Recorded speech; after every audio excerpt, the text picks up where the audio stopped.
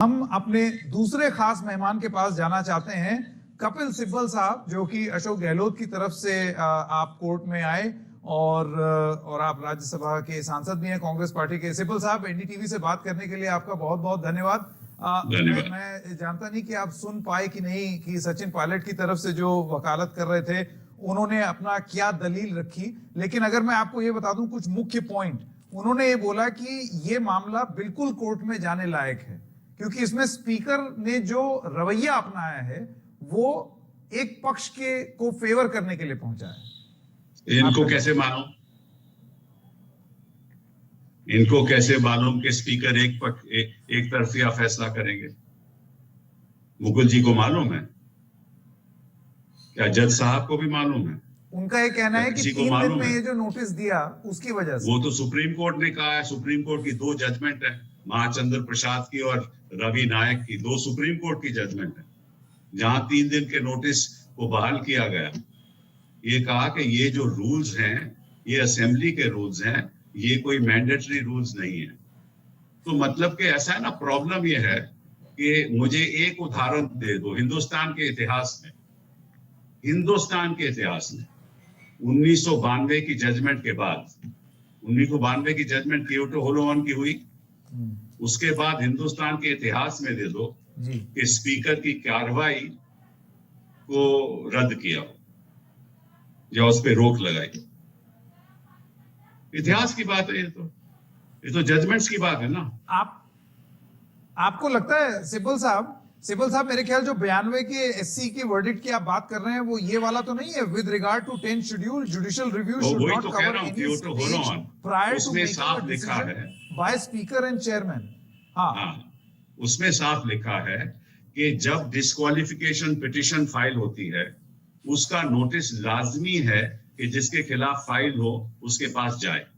ये रूल्स में लिखा है और उसको फिर मौका दिया जाता है कि उसका जवाब दे।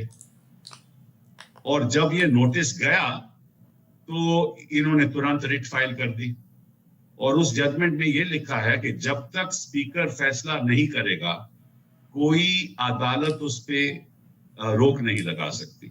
कोई भी अदालत उस पे रोक नहीं लगा सकती।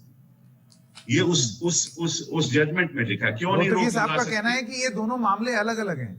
हाँ बिल्कुल, उसमें रोक क्यों नहीं लगा सकती ये भी लिखा है कि स्पीकर जी जो कार्रवाई है जब से नोटिस इश्यू हो और जब तक वो फैसला नहीं कहे वो कार्रवाई हाउस के अंदर गिनी जाएगी। आर्टिकल 122 और आर्टिकल 212 के तहत कि वो कार्रवाई असेंबली की कार्रवाई मानी जाएगी, उस पर कोई रोक नहीं लग सकता। लेकिन जब स्पीकर फैसला करेगा उसके ऊपर 4 ग्राउंड्स पे उसका फैसला रद्द हो सकता है, बट फैसला करने के बाद, उससे पहले नहीं। और वो 4 ग्राउंड्स हैं कि वो मैनाफाइड है, पहले नहीं। लेकिन सिब्बल साहब, इस बात को आप किस तरीके से देखेंगे सिब्बल साहब? कि उनका यह कहना है कि ये कोई भी फैसला जब सत्र चल रहा था उस समय नहीं हुआ है। एक होटल में मीटिंग हुई सीएलपी की, एक चीफ मिनिस्टर के आवास पर मीटिंग हुई और उस पर स्पीकर ने एक नोटिस दे दिया। किसने कहा? आपने नोटिस देखा है? तो फिर आप नोटिस कैसे दे सकते हैं? आपने कभी उस नोटिस को देखा है? पहले तो आप नोटिस पे टिप्पणी कर नहीं सकते। ये सुप्रीम कोर्ट कहती है, ये मैं नहीं कहता, ये कांग्रेस पार्टी नहीं कहती, ये सुप्रीम कोर्ट की जजमेंट कहती है। पहली दूसरी बात, आपने नोटिस पढ़ा ही नहीं। उसके नोटिस में केवल ये नहीं लिखा, उस नोटिस में लिखा है कि इनके लोगों ने जाकर आज तक से बात की, CNN, IBN से बात की और उन्होंने कहा कि हम चाहते हैं कि फ्लोर टेस्ट हो और जो सरकार है वो जो अपनी भूमिका वो खो चुकी है राजस्थान में। इनके लोगों ने कहा है। ये सारा नोटिस में लिखा हुआ है कि ये जो आप लोग कह रहे हैं ना, गलत बयानी कर रहे हैं। इन्होंने ना तो नोटिस पढ़ा है, ना नोटिस की बात आपको बताते हैं। अच्छा। ना आपको कानून की बात बताते हैं कि नोटिस जाने के बाद कोई कार्रवाई कोई कोर्ट कर ही नहीं सकता। ये मैंने नहीं कहा, ये सुप्रीम कोर्ट के 5 जजेस ने कहा है कि तो ये कहना कि ये नोटिस बेबुनियाद है, ये अपने आप में बेबुनियाद बात है। आप कह ही नहीं सकते कि नोटिस बेबुनियाद है। क्यों नहीं? मुझे सिब्बल साहब ये बताइए। हाँ, मुझे सिब्बल साहब ये बताइए, एक सवाल था शरद यादव के ऊपर भी कि वो एक रैली अटेंड किए, इस वजह से डिस्क्वालीफाई हो गए। और यहाँ पर एक दलील ये है कि आप कैसे कह सकते हैं कि वो एंटी पार्टी एक्टिविटी कर रहे हैं सचिन पायलट, उन्होंने तो कभी कहा ही नहीं कि वो कांग्रेस छोड़ रहे हैं। तो मैं भी तो कहता हूँ अगर कहा नहीं कांग्रेस छोड़ रहे हैं तो सवाल उठता यह है कि हरियाणा में क्यों बैठे हुए हैं, होटल में क्यों बैठे हुए हैं? जब वो कहते हैं कि मैं तो कांग्रेस का सदस्य हूं, मैं कांग्रेस छोड़ नहीं रहा, तो जब कांग्रेस कहती है उनको कि भैया आके अपनी अब बात बताओ, आप बातचीत करो, आपको नाराजगी क्या है, तो मीटिंग में क्यों नहीं आ रहे अगर कांग्रेस नहीं छोड़ रहे तो हरियाणा मैं अगर आपको बताऊं, कुछ बीजेपी नेताओं से बात हुई, कुछ लोगों से बात हुई सिब्बल साहब, मैं उस पर आपका ओपिनियन चाहता हूं। उनका यह कहना है कि सिर्फ इसलिए कि एक आदमी लेजिस्लेचर पार्टी की मीटिंग नहीं अटेंड कर रहा, ये उसका एक नाराजगी दिखाने का एक जरिया भी हो सकता है, इसके अलावा उन्होंने और कुछ नहीं किया है। ये डिस्क्वालिफिकेशन का ग्राउंड्स कैसे बन सकता है? अगर कोई खफा है तो इस वजह से उसको बर्खास्त कैसे कर दिया जाए? बात देखिए, किसने कहा कि यही एक मुद्दा है? अरे भैया, मैं कांग्रेस पार्टी का मेंबर हूं, ठीक है ना? कांग्रेस पार्टी मुझे बुलाती है कि भैया मुझे नाराजगी है, चलिए कांग्रेस पार्टी के साथ। मैं मेंबर ऑफ पार्लियामेंट हूँ, कांग्रेस पार्टी मुझे बुलाती है कि आप आइए, एक बहुत जरूरी हमने फैसले करने हैं, मैं नहीं जाता, 13 जुलाई को नहीं जाता। फिर 14 जुलाई को फिर बुलाया जाता है कि साहब आप जरूर आइए क्योंकि इसने चर्चा करनी है, कई बातों की चर्चा करनी है, नहीं जाता। फिर जो चीफ विप है वो कहता है कि साहब आपको आना चाहिए, आप मीडिया में तो बातें कर रहे हो, आपके जो लोग आपके साथ बैठे हुए हैं 18 लोग, वो मीडिया में तो बयानबाजी कर रहे हैं, तो यहाँ क्यों नहीं आ रहे? आप तो कहते हो आप कांग्रेस के सदस्य हो, और आपको नाराजगी क्या है? क्या आपको नाराजगी है कि 25 साल की उम्र में आप मेंबर ऑफ पार्लियामेंट बन गए? ये आपको नाराजगी लगती है? उसके बाद 2004 से 2009 तक का मेंबर ऑफ पार्लियामेंट रहे कांग्रेस पार्टी की तरफ से। फिर 2008 में मिनिस्टर बन गए, हमारी सरकार में मिनिस्टर बन गए। 2009 के बाद तो मेरे अधीन मेरी मिनिस्ट्री में काम करते थे, तो 2009 से 14 तक मिनिस्टर रहे, 30-32 साल की उम्र में। उसके बाद 2014 का चुनाव हक नहीं मिला, काम नहीं करने दिया, गहलोत जी काम नहीं करने दे रहे थे, ये कुछ आरोप सुन लीजिए।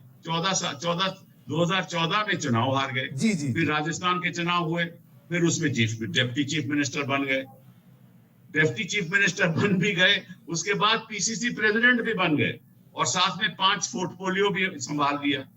अब मैं मानता हूं कि कांग्रेस के इतिहास में इतना किसी को कभी तक नहीं मिला। अब ये तो आके बताएं कि नाराजगी क्या है, और अगर नहीं भी आते कोई बात नहीं, तो हरियाणा में क्यों जाकर बैठे हैं? अपनी कंस्टिट्यूएंसी को देखें, विधायक जो है वहां है वो अपनी कंस्टिट्यूएंसी को देखें। एक बीजेपी की सरकार की सिब्बल साहब, मैं आपसे सवाल पूछूं, देखिए इसमें एक लीगल पॉइंट ये है सिब्बल साहब, लीगल पॉइंट ये है कि आप ये साबित कैसे करेंगे कि वो बीजेपी की गोद में बैठे हैं? अक्सर ये आरोप लगा है कि बीजेपी का अदृश्य हाथ है पीछे से, लेकिन कानूनी रूप से ये साबित कैसे होगा? मुश्किल तो बात यह है ना कि आप ऐसे सोच रहे हैं कि स्पीकर ने फैसला कर लिया कि उसको डिस्क्वालीफाई करना है, और स्पीकर और जो एप्लीकेंट है जिसने डिस्क्वालिफिकेशन पिटीशन लगाई है उसके पास कोई और सबूत नहीं है, ये आपको कैसे मालूम? मुझे आप बताइए। अरे भाई, अभी तो कार्रवाई शुरू ही नहीं हुई, अभी तो नोटिस ही हुआ है। वो आकर कहेंगे कि साहब हम तो कांग्रेस पार्टी के पक्ष में, हमने तो कभी ऐसा बयान ही नहीं दिया। और अगर वहां के जो चीफ विप है कांग्रेस पार्टी का, जिसने ये डिस्क्वालिफिकेशन पिटीशन दायर की है, वो बताएगा साहब ये हमारे पास सबूत हैं, ये बातें हैं। नहीं बताएगा तो स्पीकर कहेगा कि साहब बिल्कुल डिस्क्वालिफिकेशन पिटीशन मैं रद्द करता हूं, बताएगा। और अगर उसका जवाब नहीं होगा तो अपना फैसला लेगा, वो अपना फैसला लेगा। और क्या प्रारूप होगा? क्या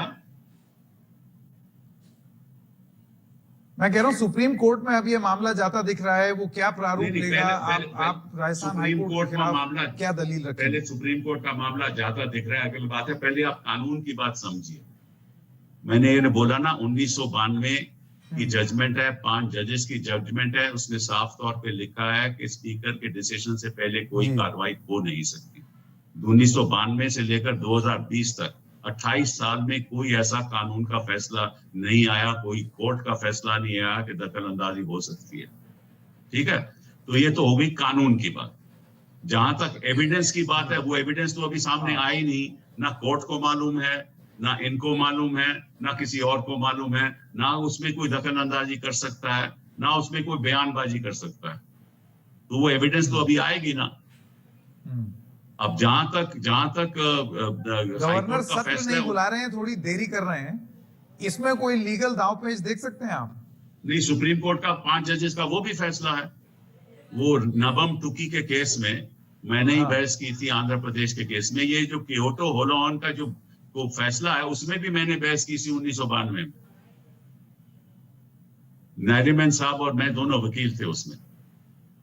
तो यहाँ अरुणाचल प्रदेश नबम टुकी का फैसला है कि जो राज्यपाल का है उसको कोई डिस्क्रेशन नहीं है कि अगर सत्र कैबिनेट कहता है कि आप सत्र बुलाइए, तो वो नहीं कह सकता कि मैं सत्र नहीं बुलाऊंगा। कैसे कह सकता है? उसका क्या अधिकार है? He acts on the aid and advice of the Council of Ministers. That's वो the कह role रहे of हैं the वो governor. कानूनी दांवपेच देख रहे हैं। नहीं, उनकी कौन सा स्टेटमेंट कानूनी में ये दांव? था मैंने कि जिस तरीके के बयान अशोक गहलोत दे रहे सुन हैं। लीजिए, पहले मेरी बात सुन लीजिए ना, उसके बाद सवाल कीजिए। कानूनी बयान तो इसमें कोई हो नहीं सकता। मैं सत्र बुलाना चाहता हूँ, इसमें कानून की क्या बात है? ये तो कॉन्स्टिट्यूशन कहता है कि मैं सत्र बुला सकता हूँ और उनको सत्र बुलाना पड़ेगा। इसमें कानून की क्या बात है?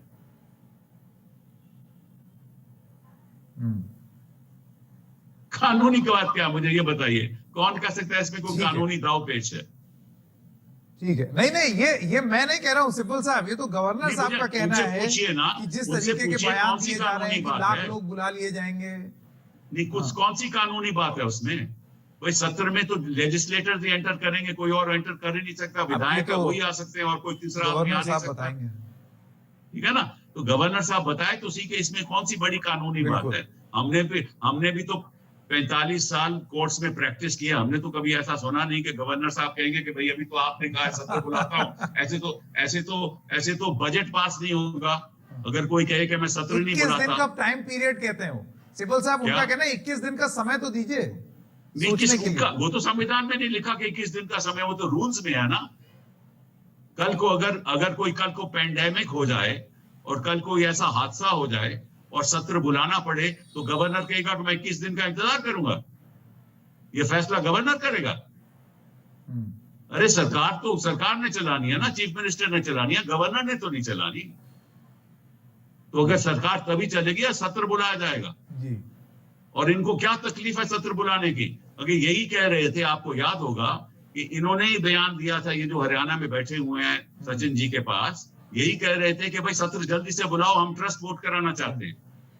तो जब वो खुद कह रहे थे, तो जब चीफ मिनिस्टर सत्र बुलाना चाहते हैं, तो अब तकलीफ क्यों है? क्योंकि इसलिए तकलीफ है, ये चाहते हैं कि 1 महीना और बीत जाए। गवर्नर साहब 21 दिन और देना चाहते हैं कि 2-4-10 लोग और खरीद लिए जाए। ये पैसों का खेल है, ये असंवैधानिक बड़ा आरोप है सिब्बल साहब। हाँ, ये असंवैधानिक तथ्य है या ये आप ऐसे ही बोल रहे हैं? नहीं, ऐसे की बात ही नहीं है। ये तो कौन की यही जाकर बैठेगा? ये तो हम देख चुके हैं। ये तो हम कर्नाटका में देख चुके, उत्तराखंड में देख चुके, मणिपुर में देख चुके। भाई मणिपुर में एक बंदे ने जाकर, जो हमारी पार्टी से जो चुना गया, वो मिनिस्टर बन गया, आज तक उसके खिलाफ कार्रवाई नहीं हुई। वो 3 साल बीत गए हैं।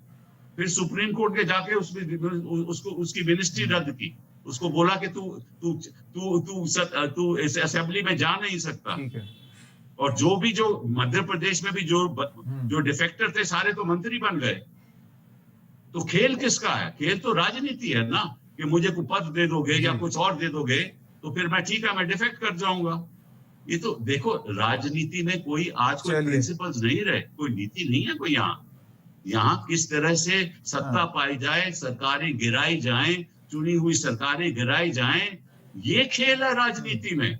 और इसमें राज्यपाल भी शामिल है, इसमें केंद्र सरकार भी शामिल है, इसमें हरियाणा के लोग भी शामिल हैं, और इसके सीआरपीएफ भी शामिल है, और पुलिस भी शामिल है, जो उनकी रखवाली कर रही है हरियाणा के होटल में। आप देखिए, आप जर्नलिस्ट लोग हैं, आप भी जानते हो असलियत। आप सवाल इसलिए पूछते हो ताकि दोनों पक्ष सामने आ जाएं, लेकिन असलियत देश की जनता जानती है, आप भी जानते हो। ठीक है सिब्बल साहब, एनडीटीवी से बात करने के लिए आपका बहुत बहुत धन्यवाद। आपने बहुत सारे सवालों का जवाब भी दिया और बहुत सारे आरोप भी लगाते लगाते आप चले गए हैं। अब इस पर एक अलग किस्म की राजनीति शुरू होगी, उसको किसी और दिन के लिए रखते हैं। सिब्बल साहब, एनडीटीवी से बात करने के लिए बहुत बहुत धन्यवाद।